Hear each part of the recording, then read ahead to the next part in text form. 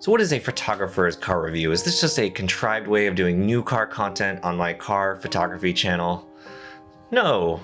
The Kia EV6 is a new electric vehicle that boasts up to 310 miles of range and stylish design in a wagon-like crossover form factor.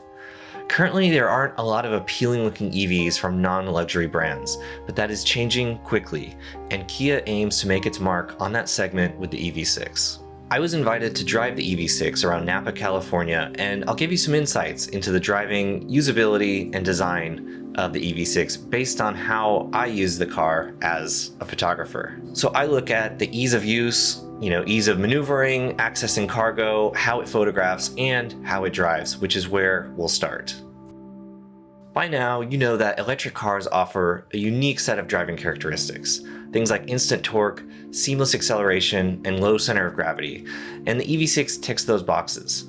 We drove the rear-wheel drive EV6 GT-Line with 225 horsepower, as well as the all-wheel drive model, which has dual motors and 320 horsepower. Both offer plenty of performance for real-world driving, and the powertrains feel balanced with the overall handling and braking. Both configurations are tuned for usable, everyday power rather than being an Autobahn rocket ship, which makes sense in this application. I was impressed with the steering, which was direct and felt natural through the winding roads and hairpins on our drive. While there's not a huge amount of feedback through the wheel, the steering ratio and weight felt just right and inspired confidence when cornering. The turning circle radius is 19 feet 1 inch. I don't know if that's good, but it seemed good, and it came in handy when stopping and repositioning the car for shooting photos and videos. The rear cargo area offers 24 cubic feet of storage with a privacy cover and some room under the floor. I stored my camera gear in the rear cargo area, and during lots of frequent stops for photos, finding the hidden liftgate release on the outside of the car was never not frustrating. It's a small button mounted very low and off-center next to the rear camera, out of sight.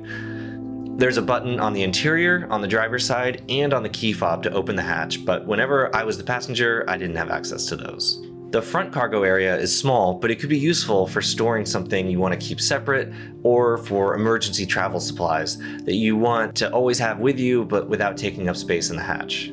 The interior is nicely laid out and comfortable. I like the dash shape and materials, and there are useful USB-C ports all over so you and your passengers can charge. I understand the strive towards minimalism by having fewer buttons, but the toggle between navigation and car setup and climate can be frustrating. A shared volume knob that sometimes turns up the temperature is just not ideal and seems like a totally unnecessary compromise. Wait, at least turn the music down to get the full. Yeah, turn. The gauge cluster and center displays look fine, but I wish the user interface design was better. There's wasted space and ugly typography. These fonts just aren't befitting the smart design language of the rest of the car. People don't want menus to look techy just because they're in an EV. People want clean and legible design that stays out of your way. When parking or backing up, the 360-degree surround view monitor is cool, and I wonder if it would ever be useful to refer to that before even getting out of the car to look at the location or to see if you need to reposition the car for a photo. There's real possibilities there. The exterior design of the EV6 is really eye-catching in person, and it's a great subject to capture in photos. It doesn't really look like anything else. It's full of signature details that you'll find yourself gravitating towards over and over again, such as the LED light signatures, or this faceted metal texture by the tail lamps, or the integrated spoiler. Everything that looks metal is metal, or at least metal plated, including the badges. It's nice when you can capture the character of a car just from a simple crop, and these details will definitely help you to do that. While shooting the car, I found that the front and rear quarter angles look really nice in a wide variety of settings.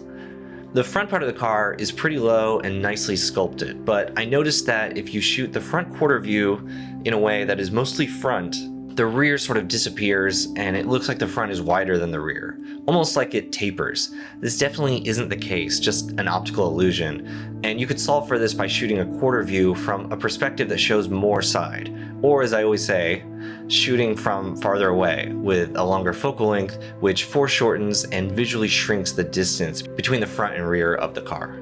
In my opinion, the worst angle is straight on from the side view. There's just nowhere for the bulk to hide. This is an inherent reality with a lot of today's EVs. Everything is designed to sit on top of a 1,000-pound battery pack. So everything is just a little bit taller in the middle part of the car, and it's something our eyes will probably adjust to over time. The EV6 has LEDs at the front and rear, so make sure you slow down your shutter speed so you don't miss the illumination. LEDs usually work by pulsating on and off at full brightness to appear dim, so if you shoot at 1/3000th of a second, you might catch it unlit or partially lit, and your photo won't look as good. At 320th shutter or below, this wasn't an issue for me. For the interior, I made a big deal about this, but with the Teslas or with the Polestar 2, I couldn't shoot the interior with the screens lit up because everything shuts off when you get out of the seat. That's not an issue with the EV6. It stays lit, stays on until you shut it off with the power button. Whether or not that's less convenient for everyday use is down to personal preference, but it is better for photographing car interiors, I can tell you that. The pop-out door handles sacrifice some ergonomics for style, which I'm fine with. If you want to close them, thankfully you don't have to do a lock-unlock dance with the key fob. You can just push them in and they stay in and the car will stay unlocked. The hard part is just remembering to do that every time you stop for the photos. The Kia EV6 uses AC synchronous permanent magnet motors with lithium-ion polymer batteries. The GT-Line that we drove gets 310 miles of range if you choose the rear-wheel drive model, or 274 miles of range in dual-motor, all-wheel drive trim. Pricing starts at $40,900 for the light rear-wheel drive and tops out at $55,900 for the GT-Line E all-wheel drive. So that was the 2022 Kia EV6. I think this is a really exciting, stylish car that will fit the needs of a lot of people. It's great to have more EVs on sale that look this good and offer this much range and practicality at a price that is relatively affordable compared to the luxury competition. If you have thoughts or questions about this car, let me know in the comments, and I want to give a big thank you to my friend Daniel Sloan for his help with driving, analysis, and videography, without whom I couldn't have made this video. Thank you for watching, and I will see you next time.